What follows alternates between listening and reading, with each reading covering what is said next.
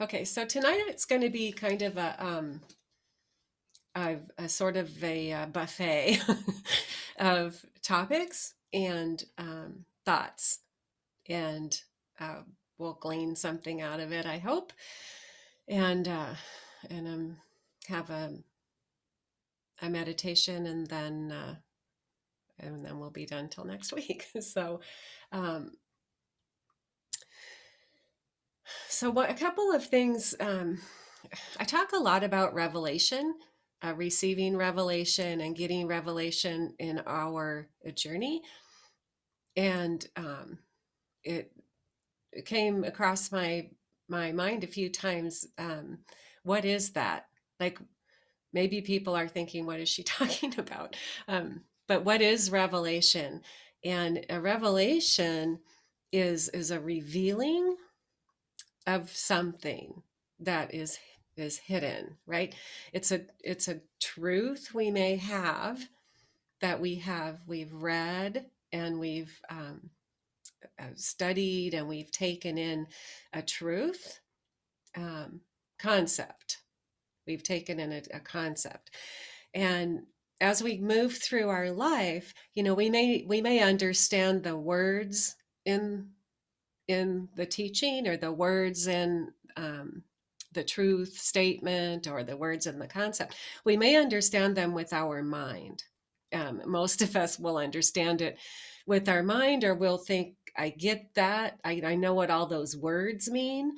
But the impact of it hitting our spiritual being, um, and fireworks, and emerging in permeating the fiber of our being, that's revelation. Like, that hasn't happened yet. So we might go, oh yeah, that's really cool, or that's great information, or that makes sense to me. I'll think about that, or think about, applying that or something. But all of a sudden, going through your life at some point, um, if you're pondering about it, um, you'll get something revealed to you. You'll get a revelation about that concept or truth, and it will be personal to you. It will impact you and mean something to you. It's your revelation. And it will be like, aha, I get that. Like, now I can own that. And that becomes like mortar in the bricks of our path as we're going. It's like laid down. Now we own the truth of that truth or concept, and it begins to emerge in our vibration, and our how we are speaking, how we are interacting, and it is emerging in how we are thinking. And oftentimes, as we're going along, we'll learn and we'll understand. Then there'll be like a gap, and then a life event or circumstance, and then we get a revelation. And then, as we own that revelation over a very short period of time, it's us. It becomes us, and then we're no longer noticing it as a separate thought. It is us, right? And it's how we grow anyway. But in growing and getting revelation about um, your life, and applying truth to your life, and applying a concept into your world. What does it look like in my world? I don't understand what that would mean, applying that to my world. And then boom, you get the answer. That's a revelation. So that's it's been revealed to you. You had a question, and now you got it revealed, the answer. So I wanted to touch on that. And I live in revelations coming through my life um, regularly, because I'm asking questions. I'm in the conversation. I'm challenging um, how I am thinking, how I am being, what I am seeing in my life, and I'm challenging how I perceive that. And so I'm swimming along in Revelation's coming and I eat it, right? Like a little fish, and the revelation is the food. So we seek it, and it finds us. It reveals, truth reveals itself to us. If we're not seeking or interested, truth is still there, but there, how can there be a revelation? Like there's nothing to be revealed to you if you have no interest in seeing it, right? The truth is still there, but we initiate the relationship and we initiate the conversation with desire, with questions, you know, uh, where am I going? What am I doing? Etc. Um, so, which brings me to like the next topic is really um, defining what we believe to be true about us being divine, about us being God. We must be clear about what we believe, because then we're moving in a belief, and all of the knowledge, the goodies and stuff that's coming to us is going to uh, live in that belief, or it's not going to match, right? And then we're like, does this line up with this? It doesn't. So I'm not going to take that information because it's not in line with what I believe already, and I know that what I believe is my truth. So really, um not waiting. I mean, there's a time in our life where we're seeking and we're not maybe defined about what we believe, or we're defined in how we've been taught, but we haven't earned that belief through our own conversation and questioning. We've received it through immersion in a system that exists already. Like, for example, a church belief system. If we're raised up in that, we eat the belief, and we don't question it usually. At some point, maybe we might question it, but it's been given to us, but we each have to own what we believe. We have to own, uh, who am I? Uh, what am I? Why am I here? You know, what am I made? Am I a drop out of the ocean? If I'm actually a drop from the ocean, what are my attributes? What does that mean to me? I mean, it's one thing to say it. It's another thing to connect with it. Like, all of these attributes are me. If all of this deliciousness is me, then I need it moving through my life, right? Because if it's not moving through my life, it is not me. It is something I know. There's a difference. Living truth that we own, and that is alive in our energy. It's alive in our life force. We receive it as life and we give it as life. We're boom radiating everywhere we go with all of this wonderfulness that we are, right? If not, we're saying this is what I believe and this is right and wrong, and then it leads us that we lose. When we're not owning, we lose some of the love, and we attach to a judgment and acts for validation. It just happens. So that's why when we know, like, I'm love, is what I'm thinking a match for love? Yes, no. If it isn't, why? If it is, yay. The next thought, is this a match for love? Yeah. It's like it's an engagement in moving ourselves closer and closer and closer to the eternal now, where we live in divine mind and not past mind and not forward mind, but in the eternal now, in divine mind, in neutrality and love, for our connectedness to everybody. Um, all of our brothers and sisters around the world, right? Because we are divine, everybody is, everything is. We're connected through the energy internet and through a divine love. So then we begin to think more lovingly and generate more love and light. And that moves, that gives us an opportunity to receive revelation about the things that are consuming room that can be filled up with divine light and life, right? So it's like light, a light shining. So really sleuthing out and deciding what is my truth and um, what do I believe to be true about me and my spiritual being and my expression on this earth. And is there more?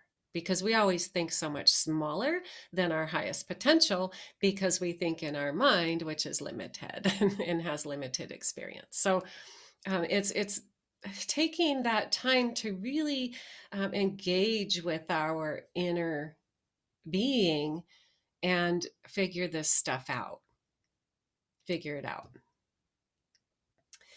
So I'm reading a book right now that is super interesting.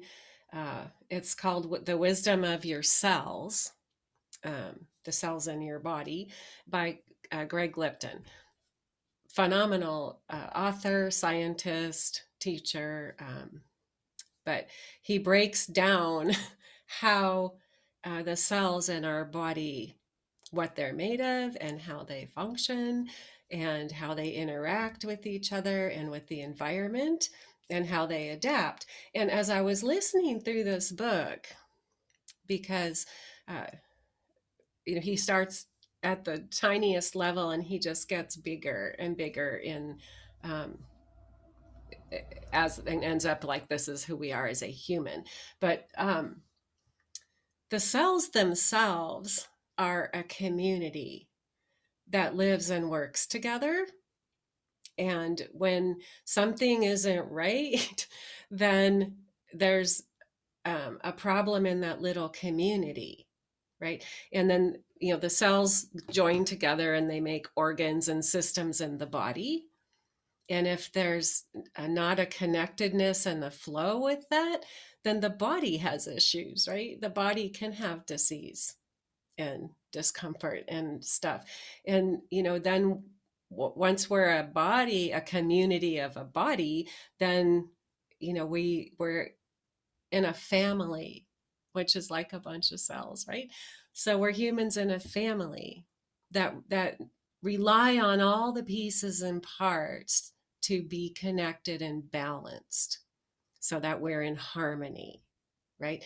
And so that this whole message, you're in a family or at your job, and if we do our part, then the whole thing, the gears turn and everything is working harmoniously, right? We're moving through the problems together, solving them and moving on. Families, people in a community, in a neighborhood, it's the same thing.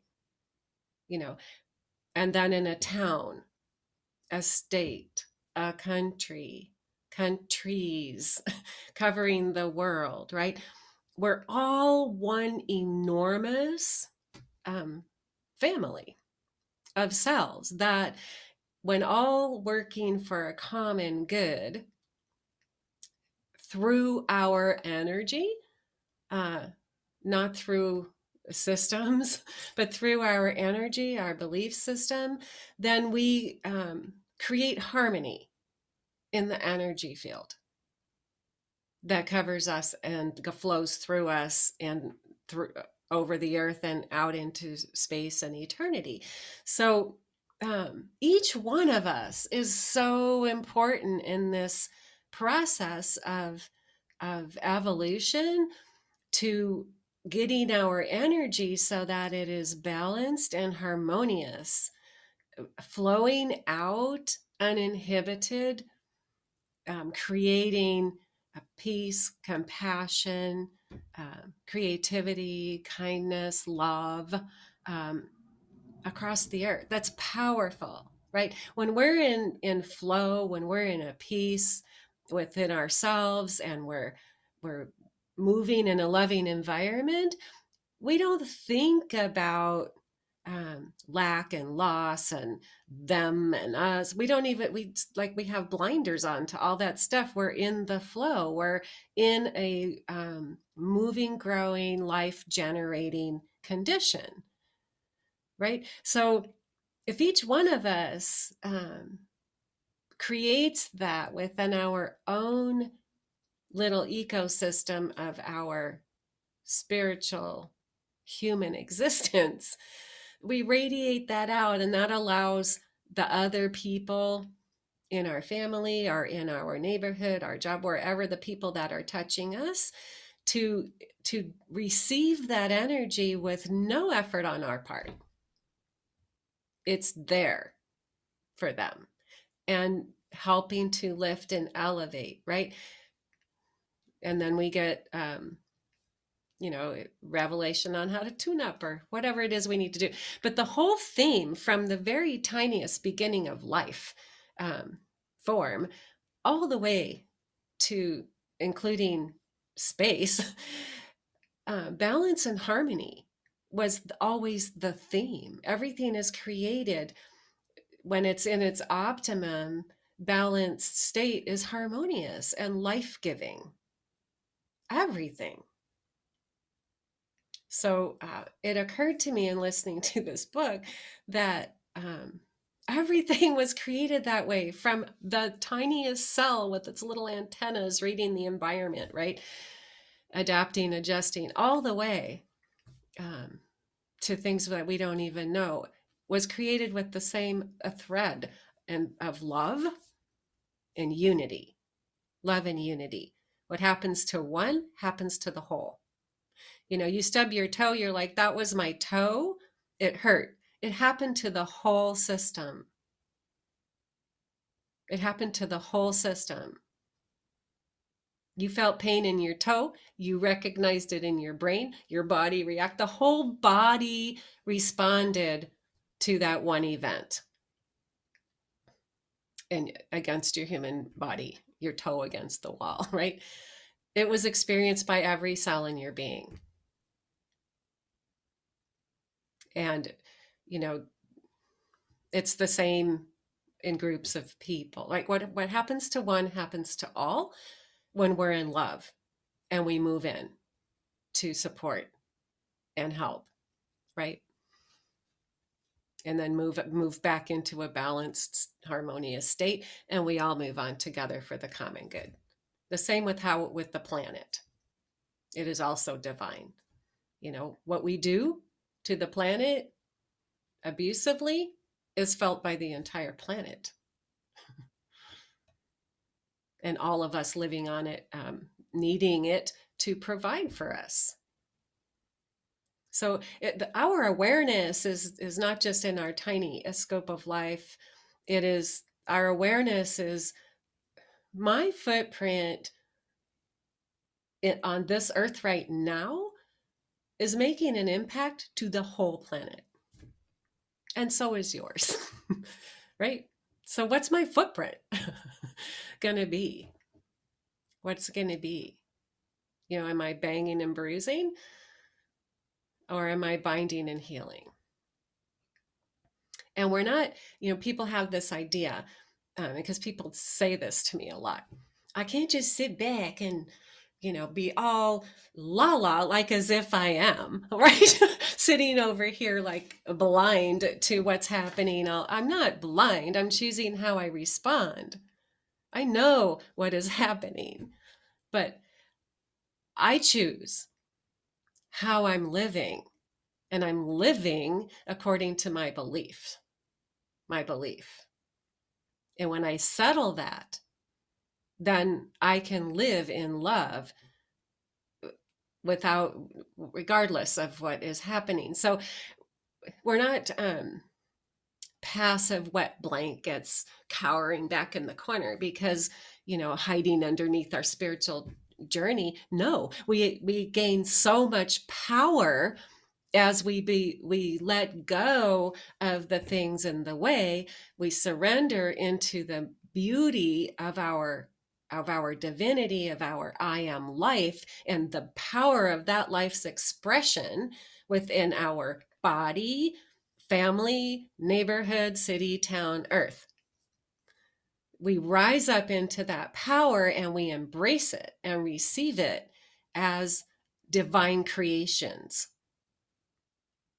in our divinity. That's what we do. And that doesn't mean beating other people over the head with a political belief. Like, that's no different than a bat. Like, it doesn't mean anything in the whole scheme of life. We matter. We can make a difference. But getting all this negative. I mean, I had someone tell me the other day, I never thought I would feel so much hate for people. And I was like, nothing like having your entire belief system changed in a year. and that belief is killing you. Hate kills you. Other people, they're not coming and asking you, do you love me and love what I'm doing? Because if you don't, I'll stop. No, they're doing whatever they want to do. Maybe people aren't enlightened.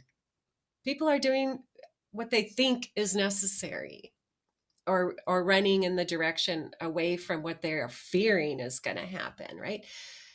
But that hate and anger and angst that is being born and then nurtured and kept alive within their physical being is removing growth and renewal from their energy, life, body process, and replacing it with fear and adrenaline, death.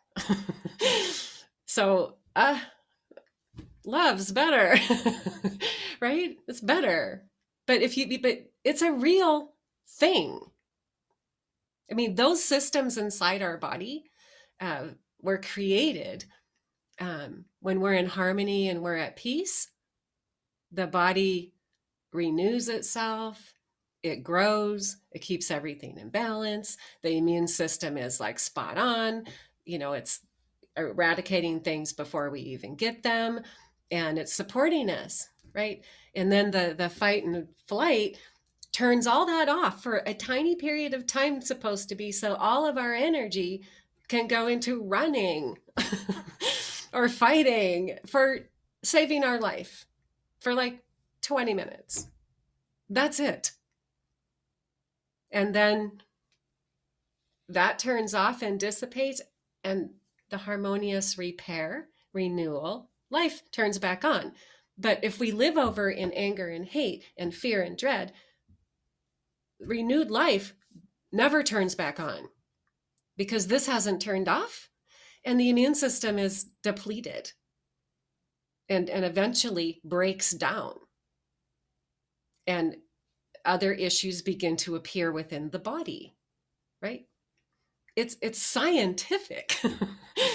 It's not a bunch of woohoo. It's science. Our bodies, if science looks at our miraculous bodies and discerns those two things and says, this is good and this is killing you, as if you needed that, but you have the science too. So that's why we need to be in harmony within ourselves and within our unit of people, so that we continue to become strong and stronger, renewed, repaired. Stuff comes along, our body just kills it because it's powerful. It's not, turned off in one area. So I kind of got off on a tangent, but not a bad one. So I wanted to go over those few things. Like, it kind of all works together, but I'm going to unmute in case somebody wants to make a comment about that, or you guys unmute yourselves, please.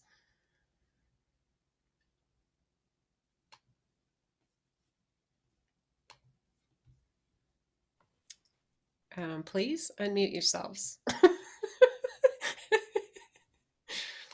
Unmuted. Thank you. I love the idea about the cells that you were talking about, that book. It sounds really interesting. It is super interesting. Super interesting.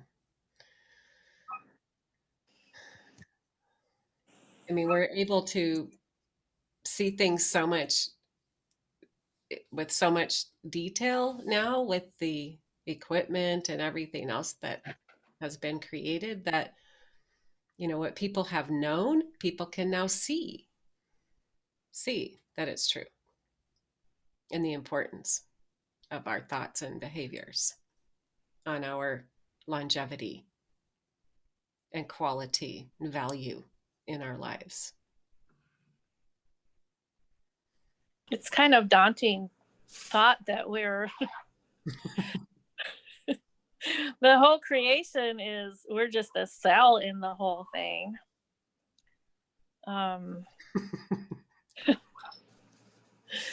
You don't feel totally empowered there. But you do, because the cells clump together and form organs and stuff in a body, and the body's more powerful than the single cell, right? This is true. That makes sense. We're unity is the message. we need to all work together to become our highest and best for our great life and for everybody else's. Harmony.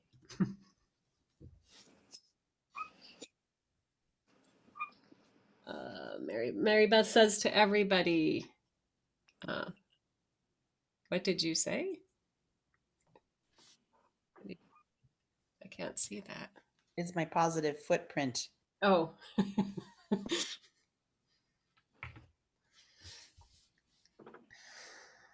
Yes, it is. We're leaving our positive footprints. Yes, I like the positive footprint. Mm-hmm. You actually wrote, what did you say? Is my positive footprint in the life?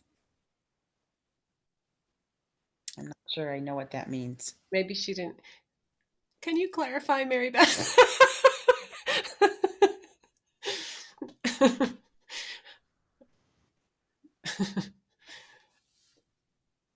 How did you finish that statement? Oh.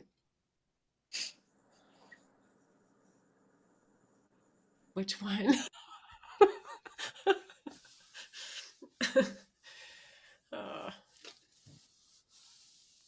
Well, so the day-to-day stresses and week-to-week or month-to-month or year-to-year stresses, I mean, sometimes they pile up and you just have to be able to let them go. yeah, I think some analysis, like, why am I having this stress? Is it really stress, or is it a response, programmed response? And we're going to get back to Mary Beth. We're not letting that one go. But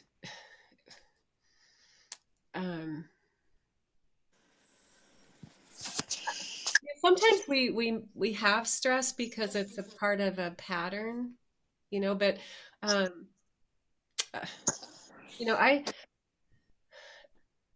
I forgot something somewhere, and a short time ago, and I had to make a second trip to get it, right? And by the time I realized I had forgotten, I was way far. And so I thought, initially I was like, bummer. And then I said, no, like, it's okay. Like, this is giving me a chance to spend some more time in my car thinking about stuff and listening to my book. And, things are on purpose. and we don't know it sometimes, and we get caught up in being stressed or um, resisting it when actually it's there for us. It's there for us to receive. So, um, so we start to filter out, do I want and need to be having what I'm feeling right now? And why am I having and feeling it? And is there a different response I'd like to be having and feeling? How you react to it, you're sure, you're right. Yeah. And that's the conversation with John that I'm posting today, is Right. about that also. As far as the our our energetic positive footprint, I believe, comes through our spiritual connection. It comes through um, expanding so much in our divine uh, identity that we radiate out that divine love. That's our footprint. Because every thought um, carries energy. Every expression through my body carries energy. So when I um, create a life that is positive and loving, we can be loving and disagree with actions, right? But we are still loving. That love is a constant um, impression that other people are receiving. And it's connecting with their divine being, whether they know they have one or not, whether they know they are divine or not. And it's feeding that fire just a little bit. So our footprint is our energetic um, radiation of our life. It's kind of what makes people want to be around other people if they're Yes. getting a positive response. Like if like people want to be around you because you're exuding love Yes. um and they can feel it whether they know it or not or know what it is. It doesn't matter, Right. but they feel it and they like it, or they feel like it's elevating them Yeah. or energizing them, Yes. and they want more. Yes. Right. Yeah.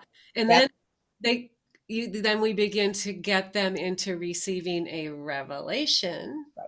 that that's who they are Right. too. Right. But that's our footprint. That's our footprint. That's our footprint. That's how other people, like, not, I don't want to say perceive us, because it's not a perception, Reality. it's a reality. Yeah. That's how we are being.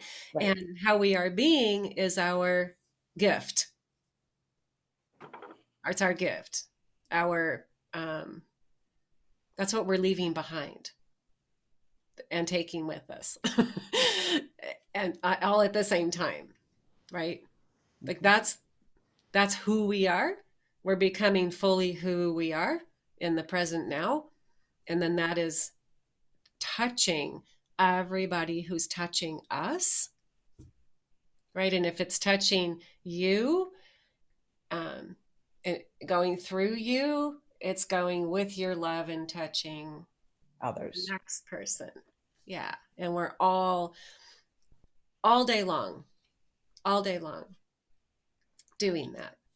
And we're either radiating love, healing, joy, peace, or stones, daggers, you know. Fiery arrows. Yeah. Mixed in with some love. Like, I don't know. It was love yesterday. Oh, Duck. So, did that help, Mary Beth?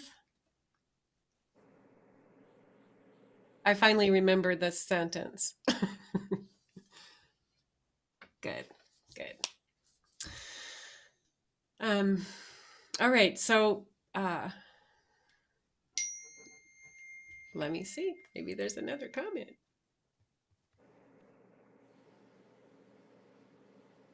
It's so fun being the light. That's Tom. He's so blessed. It's so fun being the light. It is fun being the light. It is fun loving people and not being moved by stuff. Uh, all right, so we'll go into a meditation. And while you're sitting in love, uh, make a connection, uh, ask for revelation. Ask for revelation or express desire. How can I have more of my divine being in the forefront? Right? Stuff like that. Like those are the questions that, we definitely need to be asking. So, gonna mute you all, get comfy.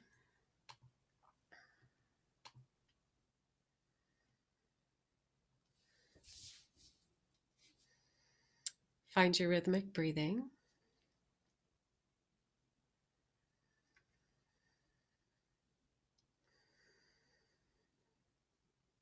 Inhale and exhale.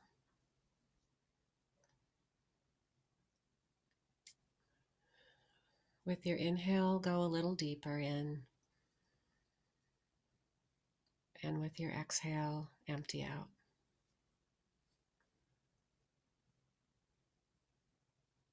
Let your thoughts fall away. Allow your mind to be quiet.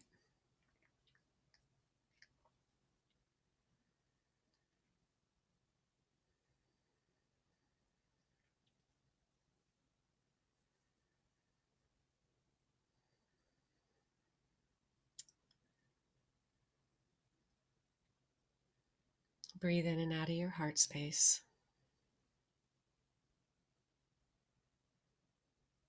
Allow the breath to pull you in.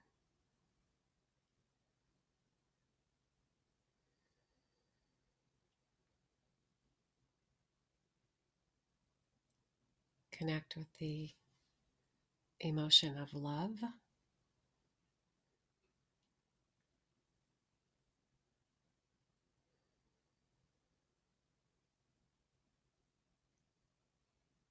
Image the love flowing in you and into the space around you.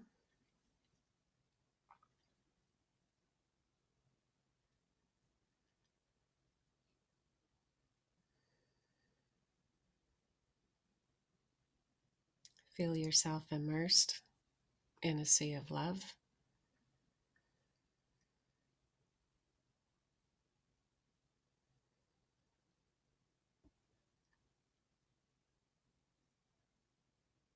Filling you up, flowing all around you.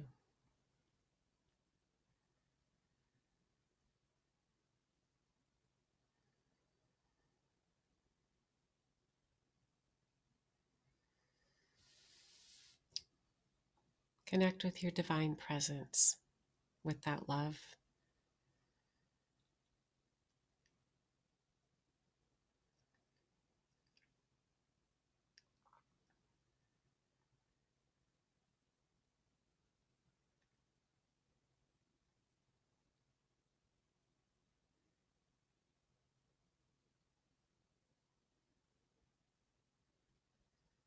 In that connection, ask a question. Reach for more. Open to more.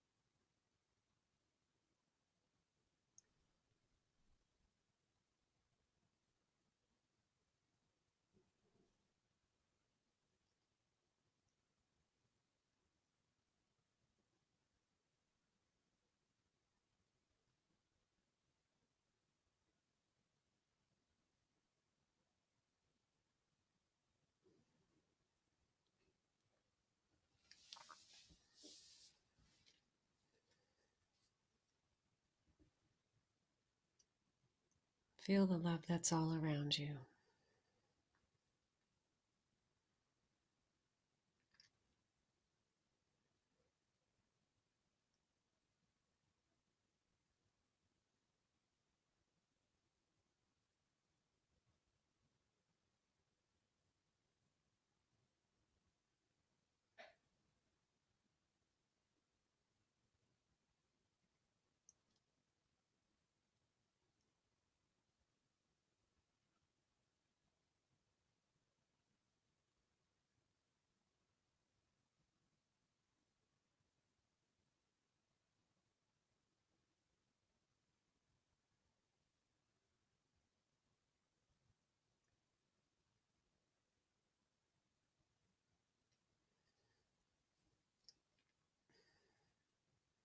Open to more.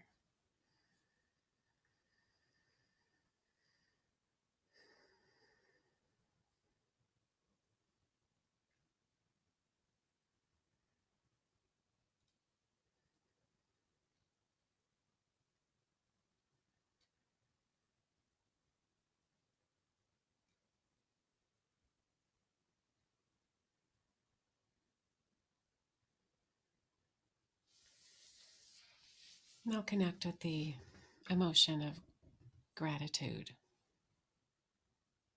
Connect with gratitude.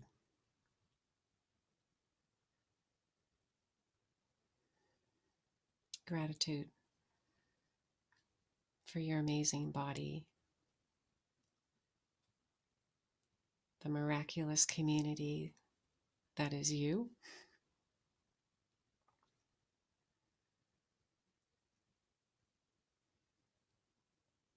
Gratitude for harmony and balance within yourself.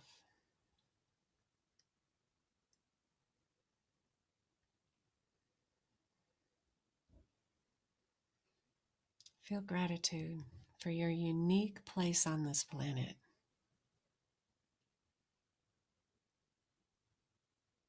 for your unique expression of you, your divine self.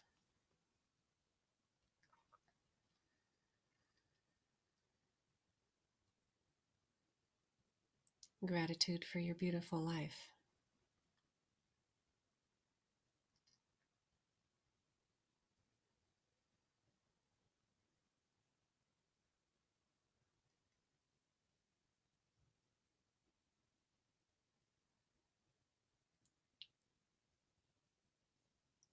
Gratitude for the mysteries being revealed to you about you.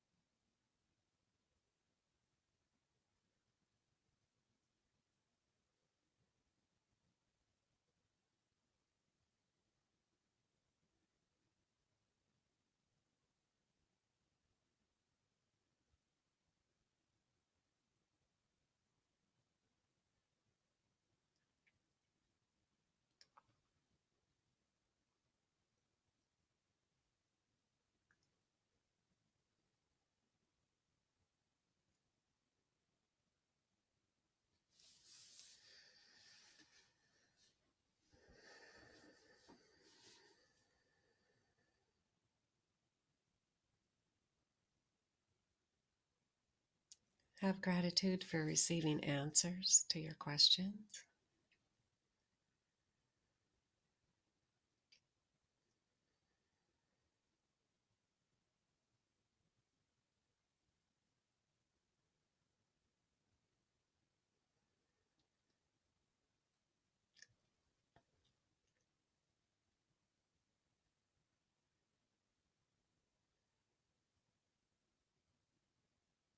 Take a big breath in and empty it out. And another breath. Connecting back to your body, to this space and time, to this present moment.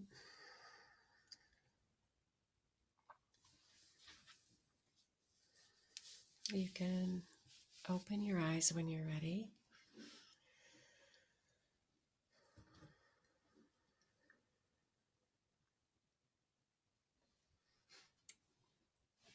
I'll see you next week.